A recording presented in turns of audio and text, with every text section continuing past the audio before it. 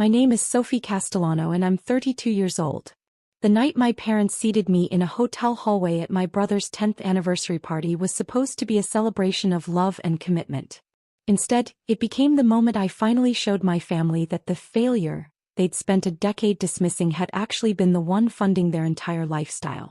But before I tell you how I revealed that I owned the luxury hotel they'd been bragging about for months, you need to understand the systematic cruelty that led to me sitting at a folding table in a corridor while 156 guests walked past me like I was invisible.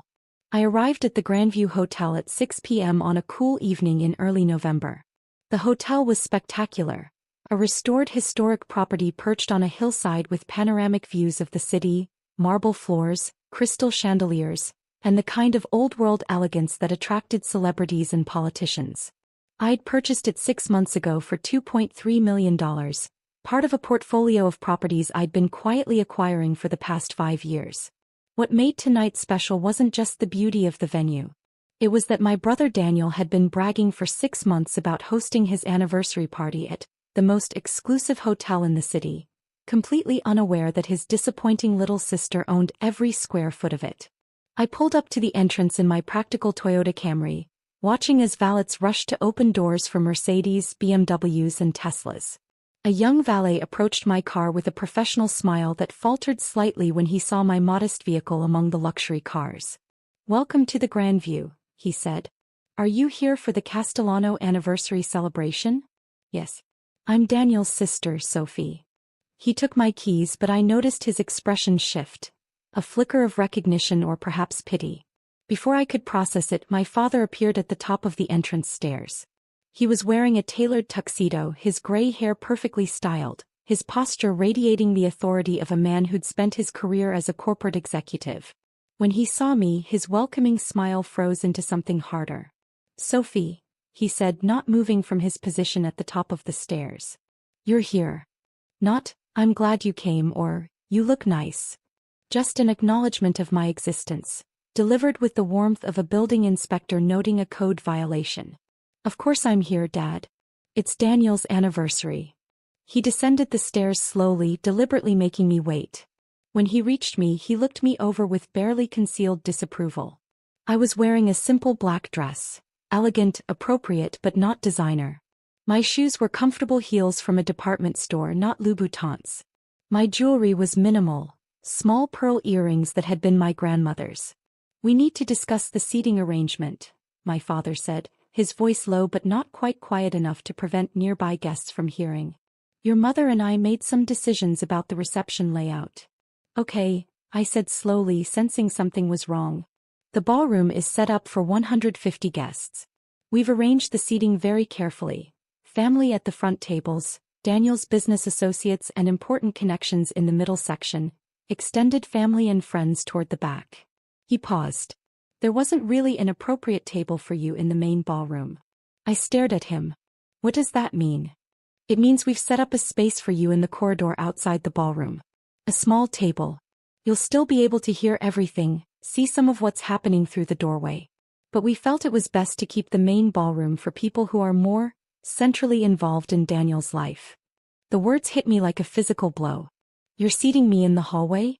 Outside the ballroom? It's a lovely spot actually. Very elegant corridor. You'll be quite comfortable." He gestured toward a hotel staff member carrying a folding table. "We've arranged everything. Please don't make a scene about this, Sophie. Daniel and Christina worked very hard to make tonight perfect." Before I could respond, my mother appeared in the doorway wearing a burgundy gown that probably cost more than my monthly rent, or at least more than the rent she thought I paid. She saw me and immediately walked over, her heels clicking on the marble floor with the precision of someone who knew she commanded attention. "Sophie, darling," she said, though her tone held no warmth. "Your father explained the seating situation?" "He said I'm sitting in the hallway." "In the corridor, yes. It's actually quite a thoughtful solution. The ballroom is really for immediate family and Daniel's professional network. You understand." She glanced at my dress with barely concealed disappointment. "Did you not think to wear something more formal? This is a significant event." "This is formal," I said quietly. "It's adequate, I suppose. Well, no matter. Come, let me show you where you'll be sitting." She took my arm with a grip that looked gentle but felt controlling, steering me through the lobby toward the grand ballroom. The ballroom was stunning. Floor-to-ceiling windows showcasing the city lights, round tables dressed in ivory linens with elaborate centerpieces of roses and orchids, place settings that looked like they cost $200 per person. I could see 156 guests already mingling. Some I recognized as family members, others as Daniel's colleagues from his investment firm, and many I didn't know at all. My mother walked me past the ballroom entrance, down the elegant corridor that connected to the private dining rooms, and stopped at a small folding table that had been set up against the wall. It was the kind of table you'd use for overflow seating at a casual event, not a formal anniversary celebration. A single place setting sat on top, a plate, silverware, a water glass. A single folding chair. No centerpiece, no linens beyond a simple white cloth, no table number card. "Here we are," my mother said brightly. "You'll be able to hear all the speeches from here and you have a partial view through the doorway. Really, it's quite nice." I looked at the folding table, then at the ballroom entrance about 15 feet away, then back at my mother. "Why are you doing this?" "Doing what, dear?" "We're accommodating you at a very full event. Daniel and Christina have 150 guests in that ballroom. Every table is full with people who matter to their lives. We simply didn't have room at the main tables. I'm his sister." "Yes, and you're welcome to attend the celebration. Just from here." She adjusted her shawl. "Now I need to get back to greeting guests. The cocktail hour is starting and your father and I are hosting the welcome remarks. Dinner will be served around 7:30. I'm sure someone will bring you a plate." She walked away before I could respond, her heels clicking back toward the ballroom, leaving me standing alone next to a folding table in a hotel corridor. Guests began arriving in larger numbers. They walked past me on their way to the ballroom, many glancing at the folding table with confusion or curiosity. Some recognized me and looked uncomfortable, unsure whether to acknowledge me or pretend they hadn't seen me. Others simply walked past, their attention focused on the celebration ahead. Then my father's voice echoed from the ballroom, amplified by a microphone. "Good evening, everyone. Welcome to this very special celebration of Daniel and Christina's 10 years of marriage. We're so thrilled to have you all here at the Grandview Hotel, truly one of the most magnificent venues in the city." Applause. Laughter. The sound of glasses clinking. "Before we begin the evening's festivities," my father continued, "I want to acknowledge everyone who made this evening possible. To my wife Margaret for her impeccable planning. To Daniel and Christina for building such a remarkable life together. And to all of you, our family, our friends, our colleagues, for being the important people in our lives who truly matter." He paused and I could hear people murmuring in agreement. "Now, some of you may have noticed a small table in the corridor outside this ballroom. That's where we've seated my daughter Sophie. She wanted to attend tonight's celebration and we wanted to accommodate her, but frankly, the real seats in this ballroom are for important people. People who have achieved something meaningful. People who contribute to Daniel's success and social network. Sophie is, well, she's family technically, but she hasn't exactly achieved the kind of success that warrants a place at the main tables." The silence that followed was suffocating. I stood frozen next to my folding table, unable to see my father's face but hearing his words carry through the corridor with perfect clarity. He'd said it into a microphone. To 156 people. He'd announced to everyone present that I wasn't important enough to sit in the main ballroom. "So if you need to use the restrooms or the coat check, you'll pass Sophie in the hallway," my father continued, his tone almost jovial now, as if he'd made a practical announcement about logistics rather than publicly humiliated his own daughter.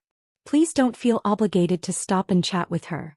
We know you're here to celebrate with Daniel and Christina. Now let's begin this wonderful evening." Music started playing. Conversations resumed. And I stood in the corridor, trying to process what had just happened while guests began walking past me on their way to various parts of the hotel. Some avoided eye contact entirely.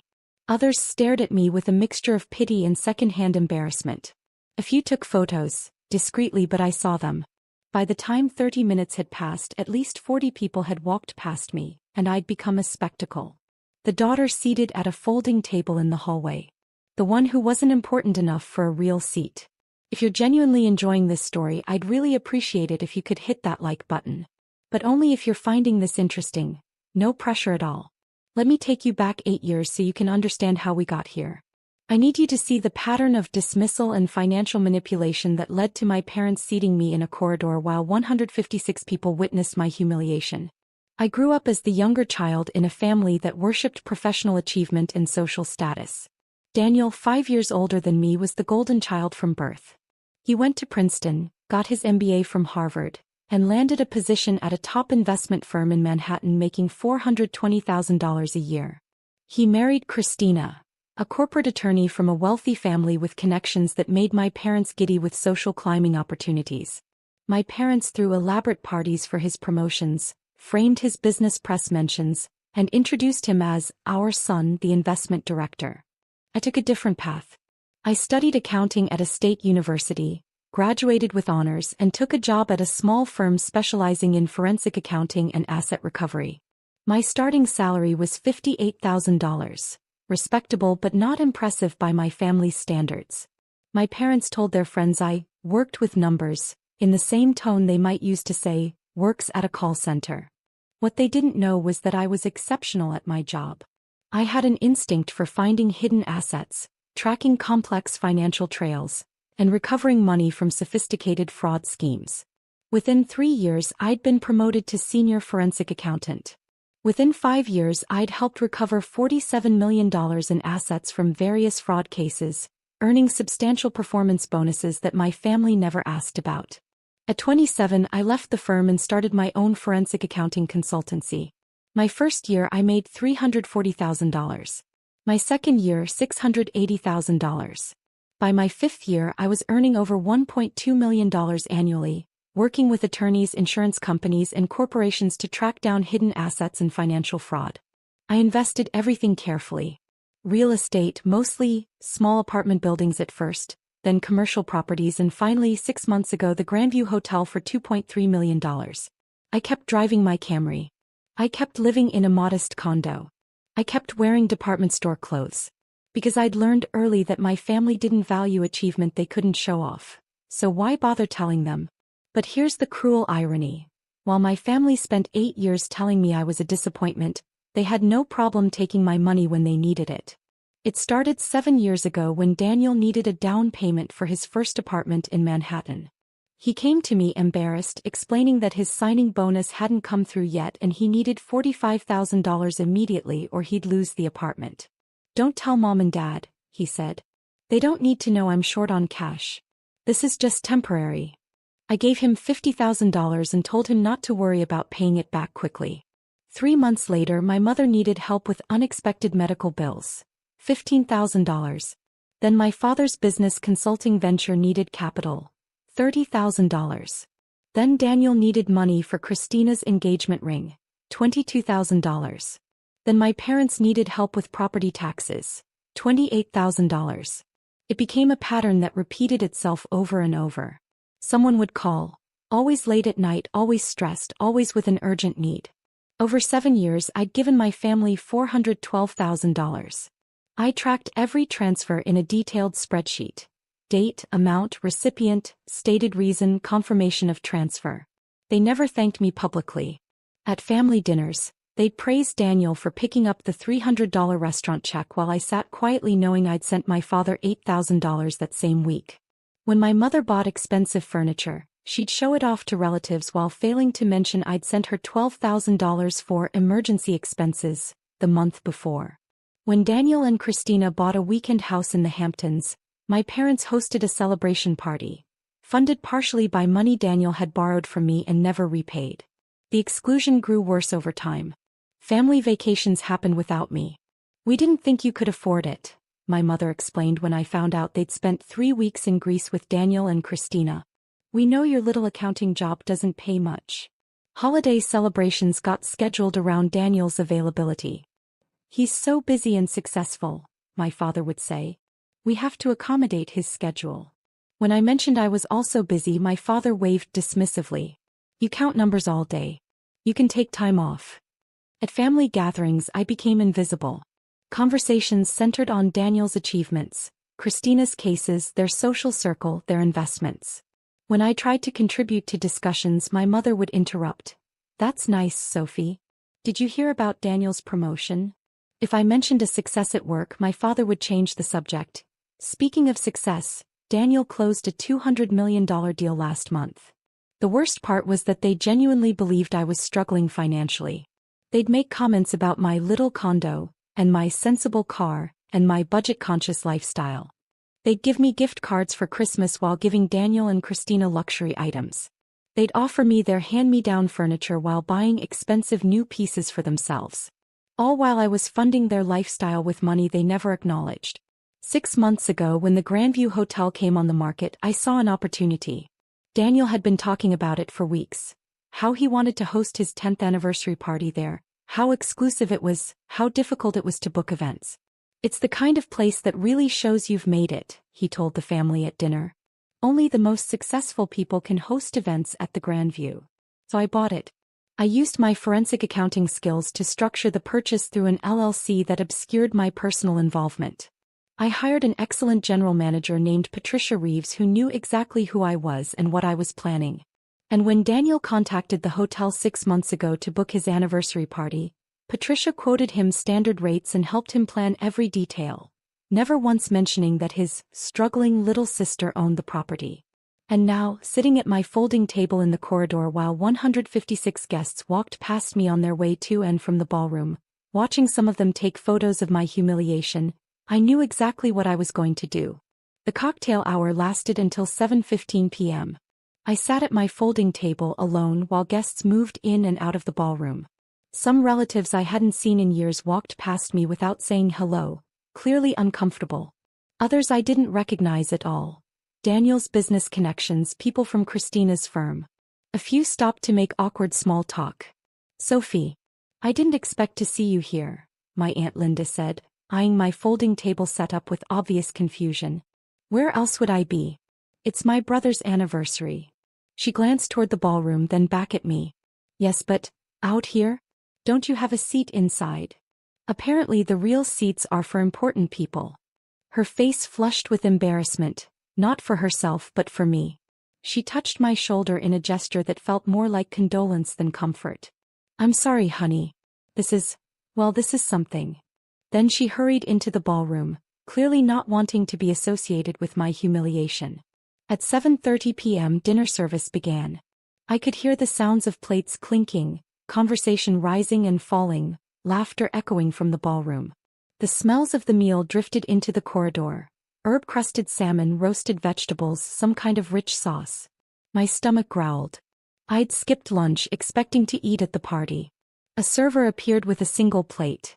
She was young, probably in her early 20s, and she looked genuinely distressed as she approached my folding table. "Miss Castellano, I have your dinner. I'm so sorry about this setup. She glanced around as if checking for eavesdroppers. "This is not how we normally handle guests." "I know," I said quietly. "It's not your fault." She set down the plate, the same meal being served in the ballroom. Salmon, vegetables, wild rice, a small salad. But where the ballroom guests had elaborate presentations on fine china, mine came on a standard plate that looked like it came from the staff cafeteria. "Can I get you anything else?" she asked. "Wine? Water. Water is fine." She brought a pitcher and a glass, then lingered for a moment. "For what it's worth, the staff is talking about this. We all think it's wrong." I looked up at her, surprised. "Thank you for saying that. I shouldn't say this because it's not professional, but your family is being really cruel. Everyone can see it. Some of the guests have been complaining to us about it. They're embarrassed to be part of this event." She lowered her voice. "If you need anything at all, just ask for me. My name is Rachel." She walked away before I could respond, leaving me alone with my single plate at my folding table in the corridor, feeling slightly less invisible because one person had acknowledged that this was wrong. I ate slowly, listening to the sounds of celebration from the ballroom. At 8 p.m. the speeches began. I could hear my father's voice again, praising Daniel and Christina. Then my mother, getting emotional about how proud she was of her successful son and his accomplished wife. Then Daniel himself, thanking everyone for coming, talking about the journey of the past 10 years, expressing gratitude for his family's support. He never mentioned me. Not once. In his entire speech about family and support and gratitude, my name never came up. At 8:45 p.m., Dessert was served in the ballroom. No one brought me anything. I sat at my folding table watching guests walk past me again, many of them holding plates of what looked like an elaborate chocolate dessert with raspberry sauce and gold leaf garnish. At 9 p.m. dancing began. The DJ played upbeat music and I could see through the doorway as couples filled the dance floor. My parents danced together looking elegant and proud. Daniel and Christina had their anniversary dance, surrounded by cheering guests. The celebration continued without me, as if I weren't sitting just 15 feet away in the corridor. At 9:15 p.m. I stood up, smoothed my simple black dress, and walked down the corridor toward the hotel's administrative offices. Several guests saw me leaving, but no one asked where I was going. Why would they? I wasn't important enough to track. Patricia Reeves was waiting in her office, exactly as I'd asked her to be. She stood up when I entered, her expression professional but sympathetic. "Miss Castellano. Is it time?" "It's time," I said. She handed me a tablet displaying security camera footage from the evening. Guests walking past my folding table, some taking photos, others whispering to each other. She also handed me a printed transcript of my father's announcement at the beginning of the evening, prepared by one of the staff members who'd been in the ballroom. "Everything is prepared as you requested," Patricia said. "The ballroom's audiovisual system is connected and ready. All you need to do is give the authorization and I'll make the announcement." I read through the transcript once more, seeing my father's words in black and white. "Real seats are for important people. People who have achieved something meaningful. Sophie is, well, she's family technically, but she hasn't exactly achieved the kind of success that warrants a place at the main tables." I signed the authorization form. Sophie Castellano, owner, Grandview Hotel Holdings LLC. "Let them finish their dessert," I said. "Then make the announcement during the thank you speech. I want everyone there." Patricia nodded. "Are you certain? Once we do this, there's no taking it back." "I've never been more certain about anything in my life." She picked up the tablet and headed toward the ballroom. I followed at a distance, positioning myself near the corridor entrance where I could see but wouldn't be immediately noticed. At 9:47 p.m., Daniel stood up to give his closing remarks. The DJ lowered the music. Guests turned their attention to the front of the ballroom where Daniel and Christina stood together, holding hands, smiling at their 156 guests. "Christina and I want to thank everyone for being here tonight," Daniel began. "This hotel, this celebration, this entire evening has been everything we dreamed of. We worked so hard to book the Grandview. It's truly the most prestigious venue in the city, and we're honored to share this space with all of you." My mother wiped tears from her eyes. My father beamed with pride. Guests raised their glasses in preparation for a toast. "We especially want to thank our parents for their support and guidance," Daniel continued. "And to everyone here, our family, our friends, our colleagues, thank you for being the people who matter most in our lives." That's when Patricia walked into the ballroom from a side entrance, moving with quiet authority toward the front where Daniel stood. She whispered something to him and I saw his confident expression shift to confusion. "I'm sorry," Daniel said to the crowd. "The hotel manager needs to make an announcement." Patricia took the microphone Daniel offered her. "Good evening, everyone. My name is Patricia Reeves and I'm the general manager of the Grandview Hotel. I apologize for interrupting this beautiful celebration, but there's been a situation that requires immediate clarification." The room went silent. Confused faces turned toward Patricia. My mother looked annoyed at the interruption. My father looked impatient. "There seems to be some confusion about this property and tonight's event," Patricia continued. "Mr. Castellano, you mentioned that this hotel is prestigious and that you worked hard to book it. That's partially true. We are selective about our events. However, I need to inform everyone here that the Grandview Hotel has an owner who has some concerns about tonight's arrangements." Daniel's confusion deepened. "What concerns?" "We paid our deposit. We signed a contract. What's the problem?" "The problem, Mr. Castellano, is that your family has treated the property owner with what can only be described as extraordinary disrespect, despite the fact that she waived certain fees to accommodate your event here." Patricia consulted her tablet. "The owner is present at tonight's celebration. In fact, she's been present all evening, seated at a folding table in the corridor outside this ballroom." Every head in the room turned toward the doorway where I stood. I stepped forward into the ballroom, still wearing my simple black dress, no longer trying to hide in the shadows. The silence was absolute. I could see the moment recognition hit different people. Some guests looked shocked, others confused, a few seemed to immediately understand what was happening. My parents' faces went pale. Daniel's confident smile disappeared completely. Patricia continued speaking, her voice clear and professional. Ladies and gentlemen, I'd like to introduce you to Ms. Sophie Castellano, who purchased the Grandview Hotel 6 months ago for $2.3 million. She is the owner of this property and she has been since May of this year. That's not possible, my father said, his voice cracking. Sophie doesn't have that kind of money. She's an accountant. She works at some small firm. Actually, Dad, I run my own forensic accounting consultancy. I've been running it for 5 years. Last year I earned $1.2 million. I walked further into the ballroom and Patricia handed me the microphone. I also own 3 apartment buildings, 2 commercial properties, and as of 6 months ago, this hotel. My mother found her voice. Sophie, if this is true, and I'm not saying I believe it, why didn't you tell us?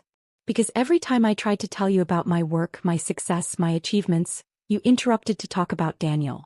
Because when I bought my first investment property, you called it cute, and then spent 30 minutes discussing Daniel's stock portfolio. Because I learned that my accomplishments didn't matter to this family unless they came with the kind of visible status you could brag about to your friends. I looked around at the 156 witnesses, many of whom were recording this on their phones. Good. I wanted this documented. But here's the interesting part, I continued. While you spent years telling me I was a disappointment, you had no problem taking my money. Over the past 7 years, I've given this family $412,000. Daniel needed $50,000 for an apartment down payment. I gave it to him. Mom needed help with medical bills. $15,000. Dad needed capital for a business venture. $30,000. Daniel needed money for Christina's engagement ring.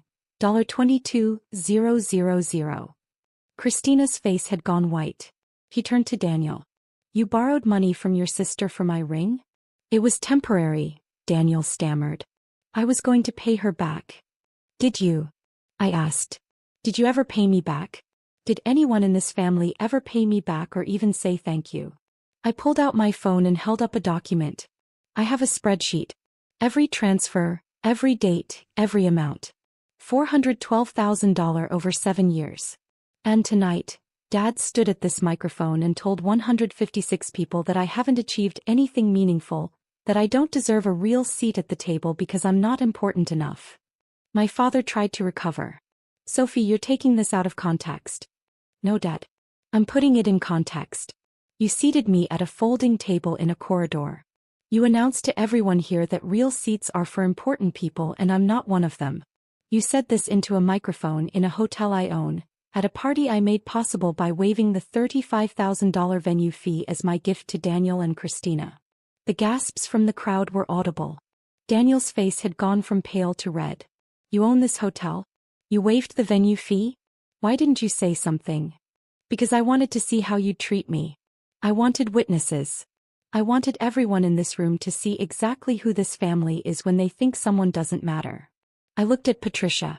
Can you show them the security footage? Patricia pulled up the tablet and projected images onto the screen behind the head table. Footage from earlier in the evening showing guests walking past my folding table, some taking photos, others whispering and pointing. The images were damning.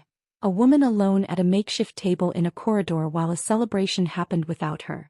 This is what you did, I said to my parents. In front of 156 people, you made it clear that I'm not real family. You humiliated me publicly, thinking I had no power, no resources, no ability to respond. You were wrong. My mother was crying now, but whether from genuine emotion or embarrassment I couldn't tell. Sophie, please. You're ruining Daniel's anniversary. No, Mom. You ruined it when you decided to treat me like I was invisible. When you seated me in a hallway.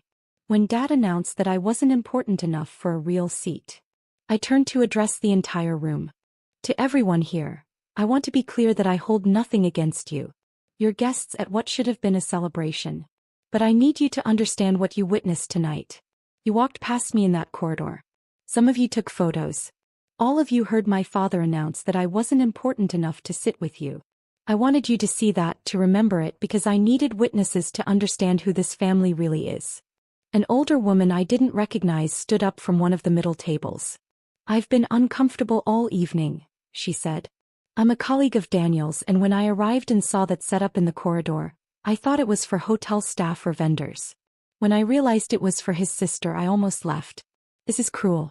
This is wrong. Another person spoke up, a man from the back.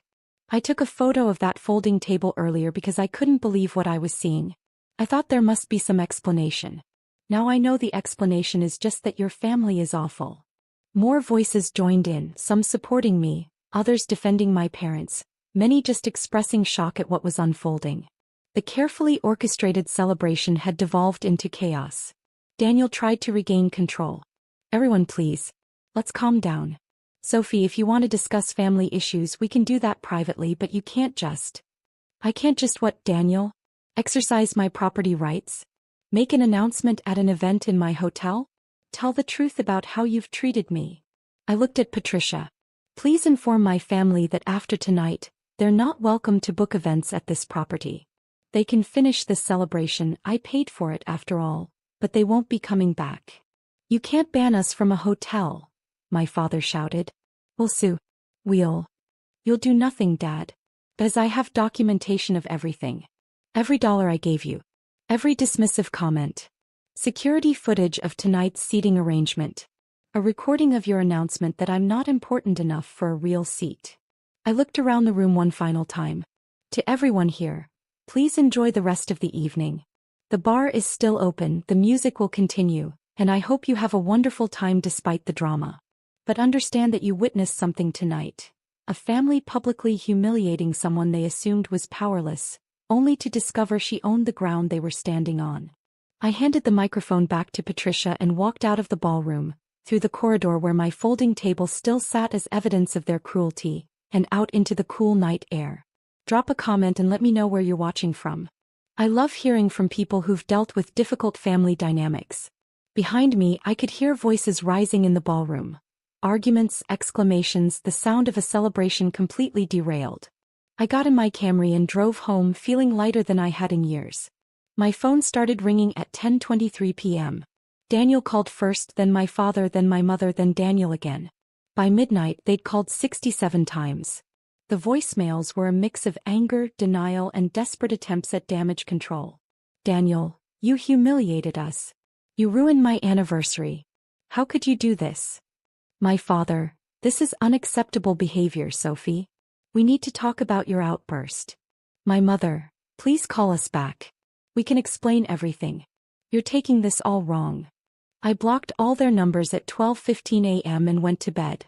The next morning, I woke to 94 missed calls from various family members and friends of the family. I blocked most of them, but I did read a few text messages. From my Aunt Linda. Sophie, I'm so sorry. I should have said something years ago about how they treated you. What they did last night was unforgivable. From 3 of Daniel's colleagues. Messages expressing shock, apologies for not speaking up, and in one case an offer to meet for coffee because, I'd like to hear your side of things. I suspect there's a lot more to this story. From Christina, Daniel's wife. I didn't know.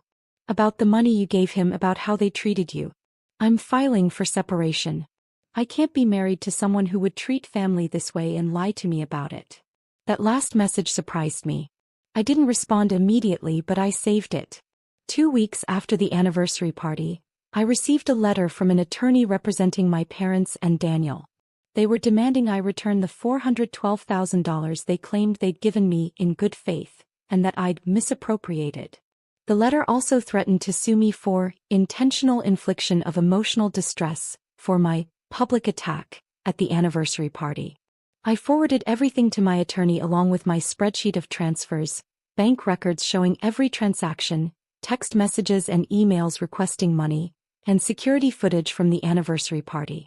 My attorney's response was swift and comprehensive. A cease and desist letter that included documentation of every transfer I'd made, proof that all funds were gifts, many of which had written messages from my family thanking me and promising to pay me back someday. and a counter-threat to sue for defamation if they continued making false claims about the nature of the financial transactions. I also included screenshots of my father's public announcement that I wasn't important enough for a real seat, along with testimony from hotel staff about the seating arrangement. My attorney made it clear that if they pursued legal action, we would file counterclaims for emotional distress, public humiliation and financial exploitation. I never heard from their attorney again. 3 months after the anniversary party, I ran into Christina at a coffee shop downtown. She was alone, looking tired but somehow more at peace than I'd ever seen her at family events. "Sophie," she said when she saw me, "can I talk to you for a moment?" I gestured to the empty chair across from me. "Of course." She sat down with her coffee, took a breath and said, "I owe you an enormous apology. I was there when they seated you in that corridor. I saw the folding table. I heard your father's announcement. And I said nothing. I let it happen. You're not responsible for their behavior. Maybe not, but I'm responsible for mine. I should have said something. I should have offered you my seat or walked out in protest, or at minimum acknowledged that what was happening was wrong." She looked down at her coffee. "I've been thinking about that night a lot. About what kind of person I've become by staying silent while watching someone be treated that way." "You're getting divorced," I said. "It wasn't a question. Filed the papers last month. It's been final for 2 weeks." She took a sip of her coffee. "That night when I found out Daniel had borrowed money from you for my engagement ring, that he'd taken $22,000 from his sister and then let his parents seat her in a hallway, I realized I didn't know who I'd married. Or maybe I'd always known and just didn't want to acknowledge it. I'm sorry your marriage ended. I'm not. I'm sorry it took me 10 years and a public disaster to realize I'd married into a family that treats people as disposable if they can't provide status or money." She pulled an envelope from her purse. "This is for you. It's not everything Daniel owes you, but it's $22,000, what he borrowed for my ring. I'm selling the ring and using the money to pay you back." "Christina, you don't have to." "Yes, I do. That ring represents money taken from you under false pretenses. I can't wear it knowing that." She pushed the envelope across the table. "Take it, please. Let me do this one thing right." I took the envelope and we sat together for another hour talking about families and patterns and the courage it takes to walk away from people who will never see your worth. It's been 10 months since my brother's anniversary party. The Grandview Hotel has become even more successful. I've hosted over 60 events and the property's reputation has only grown. The business generates substantial revenue, and I've been able to hire a full staff to manage operations while I continue running my forensic accounting consultancy. My parents lost their house 7 months ago. Without my monthly financial support, which had been funding approximately 40% of their lifestyle expenses, they couldn't maintain their mortgage payments or property taxes. They sold the house and moved into a rental condo in a less expensive neighborhood. I heard through my Aunt Linda that they tried to take out loans using Daniel's income as collateral, but Daniel, facing his own financial pressures from his divorce, refused. Daniel and Christina's divorce was finalized 5 months ago. Christina got the weekend house in the Hamptons, and Daniel had to liquidate several investments to cover the settlement. His social status took a hit. Apparently, many of the guests from the anniversary party have distanced themselves from him after witnessing what happened. One of his colleagues told me that Daniel's reputation in his professional circle has never quite recovered from that night at the Grandview. My parents have tried to reach out 3 times through intermediaries. My Aunt Linda, a family friend, and once through a minister from a church my mother started attending. Each time the message is the same. They've reflected on their mistakes and want to rebuild our relationship. I haven't responded to any of these attempts, because rebuilding would require them to actually understand what they did wrong, not just regret getting caught. It would require them to acknowledge years of dismissal, cruelty, and financial exploitation. And from everything I've heard, they're still telling people that I overreacted and made a scene at Daniel's anniversary. They still don't understand that the scene was theirs, not mine. They created it when they seated me at a folding table in a corridor. I just made sure everyone saw it clearly. I have a new family now, one I've built from choice rather than obligation. My Aunt Linda and I have dinner every week. Christina and I meet for coffee monthly and she's become a genuine friend. I've gotten deeply involved in mentoring programs for young women in forensic accounting and financial independence. These relationships are based on mutual respect and authentic connection, something I never had with my biological family. Last month, I was having dinner with my Aunt Linda when she mentioned that my parents' financial situation has become quite dire. They're struggling to afford their rent, my father's health issues are expensive, and Daniel can't help them because he's managing his own post-divorce financial challenges. They're hoping you'll reach out, my Aunt Linda said carefully. They think if they wait long enough, you'll forgive them and start sending money again. They're waiting for the wrong thing, I told her. I'm not their emergency fund anymore. I'm not their invisible daughter who exists to subsidize their lifestyle while they publicly dismiss me. I'm done being that person. I don't blame you, she said. But I think they genuinely believe that eventually you'll come back because that's what family does. Family treats each other with respect. Family doesn't seat you in a hallway and announce to 156 people that you're not important enough for a real seat. Family doesn't take $412,000 over 7 years and never say thank you. What they had with me wasn't family. It was financial exploitation combined with public humiliation. She nodded slowly. You're right. And for what it's worth, I'm proud of you for recognizing that and walking away. 2 weeks ago, I was at the Grandview Hotel reviewing plans for an upcoming charity gala when I noticed a couple being shown the ballroom for a potential anniversary party. The woman looked around in wonder. This is perfect, she said to her husband. It feels like a place that really celebrates love and family. I almost laughed at the irony. This ballroom, where my family had seated me in a corridor and told 156 people I wasn't important enough, had become a symbol of celebration for other people. But maybe that's exactly what it should be. Maybe the best response to being excluded from one family's celebration is to create a space where other people can celebrate properly, with dignity and respect for everyone present. The folding table is gone now. I had it removed the day after the anniversary party. The corridor outside the ballroom is now beautifully decorated with comfortable seating areas and elegant side tables. A space where guests can gather and converse, where everyone is welcome and no one is marked as less important. But I kept a photo of how it looked that night. A single folding table against the wall, a lonely place setting, the physical manifestation of my family's cruelty. I have it framed in my office as a reminder. Not a reminder of pain, but of the moment I stopped waiting for people to see my worth and instead showed them that I'd never needed their validation in the first place. I'm Sophie Castellano. I'm 32 years old. I own a luxury hotel, run a successful forensic accounting consultancy, have investments worth over $6 million, and I'm surrounded by people who actually respect me.